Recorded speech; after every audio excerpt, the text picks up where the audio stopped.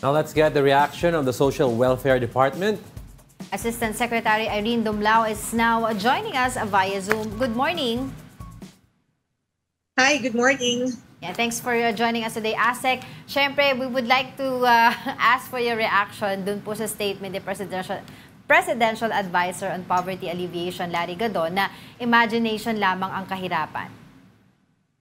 Well, I'd like to re-echo what our secretary has earlier mentioned in the press conference that he had earlier. And he said that he will be coordinating with Secretary Gadon within the day. So we will have to wait for whatever conversation that he will have, or the result of the conversation that he will have with Secretary Gadon. But on the part of the DSWD, ongoing po yung pagpapatupad ng mga programs and services that aim to reduce poverty.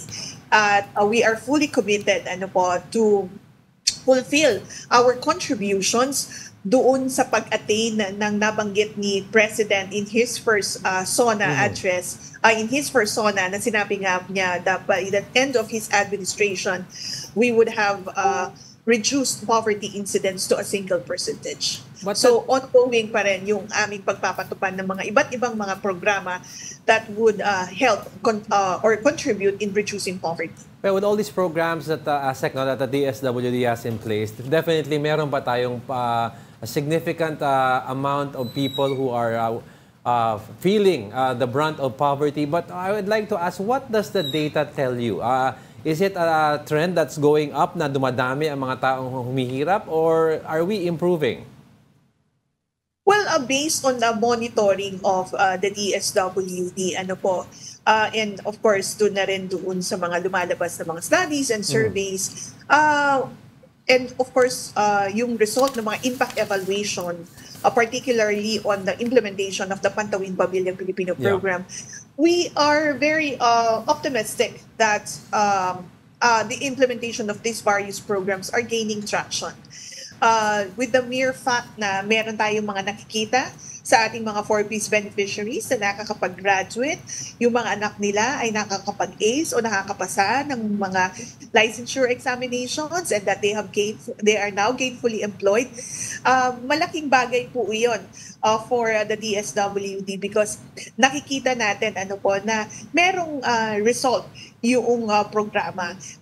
The same goes with the different programs that we are also implementing. Okay. I would like to ask lang po, ASEC, based on your data, ilan po ngayon ang nakalista doon po sa database ng 4Ps, under 4Ps?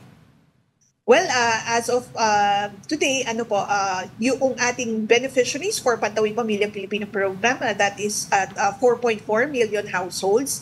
Para naman sa ating Walang Gutom or the food stamp program, ang target natin dyan, of course, is to cover 1 million food poor. Sila po yung nasa bottom ng ating talaan ng mga mahihirap.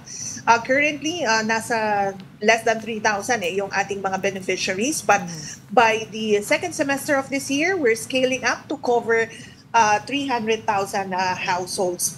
Gayon din, yung doon sa assistance to individuals in crisis situation, ongoing naman po yan na ini-implement natin.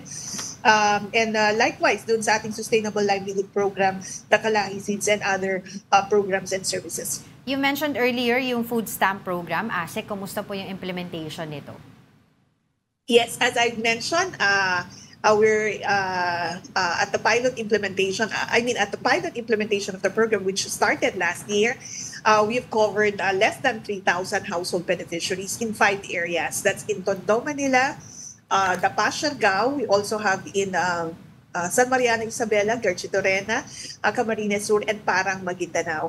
And by the second semester of this year, we will be scaling up our implementation to cover 300,000 households. So, yung dito nga po sa Walang Gutom, 2027, we are providing 3,000 pesos worth of food credits through electronic benefit transfer card to our beneficiaries. So, yun yung gagamitin nila to purchase the food that they need.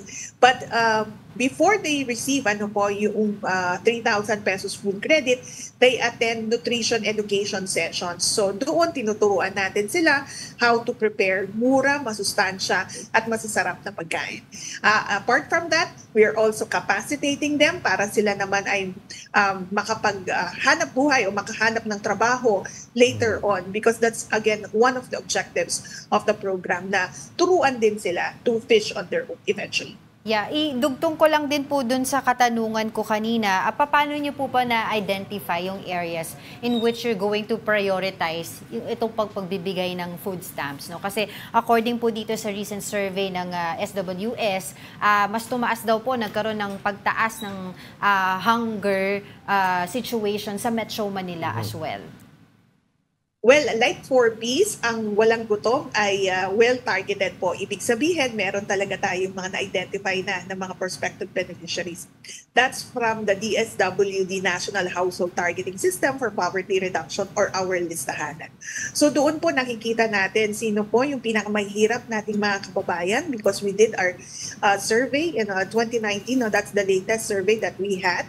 And of course, doon makikita natin based on the indicators that and the matrices that we've used in coordination, of course, with the PSA, doon natin na-determine sino po ba yung kabilang sa bottom 1 million na mga pamilya na kinukonsidera natin as food poor. So sila po yung target beneficiaries for the Walang Gutom 2027. Yes, lastly, Asek, I'd like to reiterate lang po, dun po, base po dun sa mga nabanggit nyo na mga numero, dun po sa data ninyo ng mga beneficiaries and other programs na ginagawa po ng DSWD, you can say po directly to us that poverty is not imagination. Well, based on the programs that we are implementing, yes, we recognize that poverty exists. That's why we have poverty reduction programs in place. Right. Thank you so much for your time, DSWD Asek Irene Dumlao. Yun, at least medyo malinaw, di ba? Kasi ang pinag-uusapan kasi natin is increase or decrease of poverty. Now, definitely may improvements. Yes. But there are new families that come into play that are experiencing poverty, and it definitely is not imagined. Now, you cannot use as a basis or a sample size yung mga nakikita mo sa mall. Exactly. Because those who go to the malls, meron ng existing spending capacity. They already have a disposable income to begin with. Tsaka you cannot generalize. They might not because be napakalaki mayaman ng or rich. populasyon natin. Kaya nga, they might not be rich, pero nakikita mo sa mall, may history na yung family history na kaya. Okay, ngayon, you don't expect those who are in the poverty level to go to the malls na tinitignan mo. For sure naman, you don't go to the same malls. So how could you say na imagine ng poverty? Oo. Did you go to... Dito na lang di ba? Sa Metro Manila, nakita mo na ba? Naglibot ka na ba dito sa Metro Manila? Nakita mo na ba yung mga tao na walang masilungan, na walang makain, na mamali mo sa kalsada? Yun lang Sometimes kasi, people with this kind of pananaw sa buhay, baka kulang ng vitamins, so they imagine different kinds of stuff. Kasi it's nakakairita. Yes, Pasensya actually. na po, nakakairita. Because Lunes sa Lunes nakikita namin firsthand every day when we go to work. We're passing by sa EDSA. There's this guy sa gitna ng EDSA, nakaupo sa barrier, itim ang mukha, tapos nanginginig sa gutom.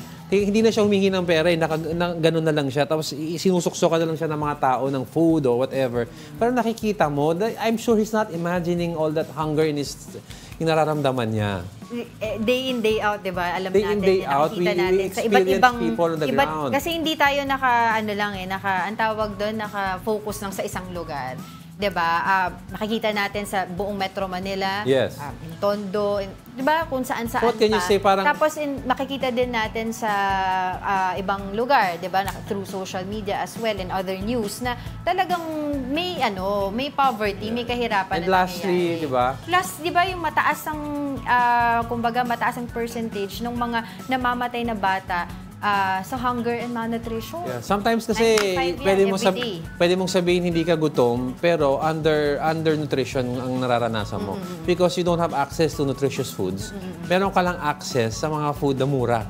And sometimes the cheaper food pa na nabibili mo is not the healthiest. Exactly. Tapos, di ba, we're trying to get in touch with the Attorney Gadon, di ba, Secretary Gadon, para malaman din natin yung side niya kung saan niya kinukuha yung kanyang mga numero. 'Di ba? Hindi na nga pala siya attorney, pero presidential advisor on poverty alleviation, Larry Gadon. We're trying to get in touch with him para makuha natin yung side niya. Pero he's not replying as of the moment.